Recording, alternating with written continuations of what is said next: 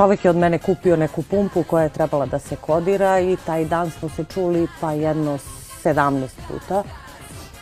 I na kraju, pošto mi je rekla platit ćete kad budete ugradili pumpu i sve, i on kaže meni samo gde da donesem pare, ja mu napišem kod rode, toliko para je, tu toliko sati.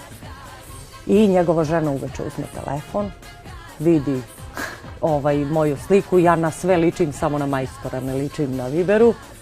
I pozovemo ženu uveče i kaže, a za majstora mi tražio pare, za pumpu mi tražio, a ti si uzela te pare. Ja se zasmijem, kako ženi da objasnim, taj čovek nije slagao ništa. On jeste uzeo za majstora pare, mislim. Jeste, da. Nisam uspela da je objasnim. Niste uspeli? Nisam uspela, nadam se kad je gledala sve ove emisije, da je videla da sam to ja.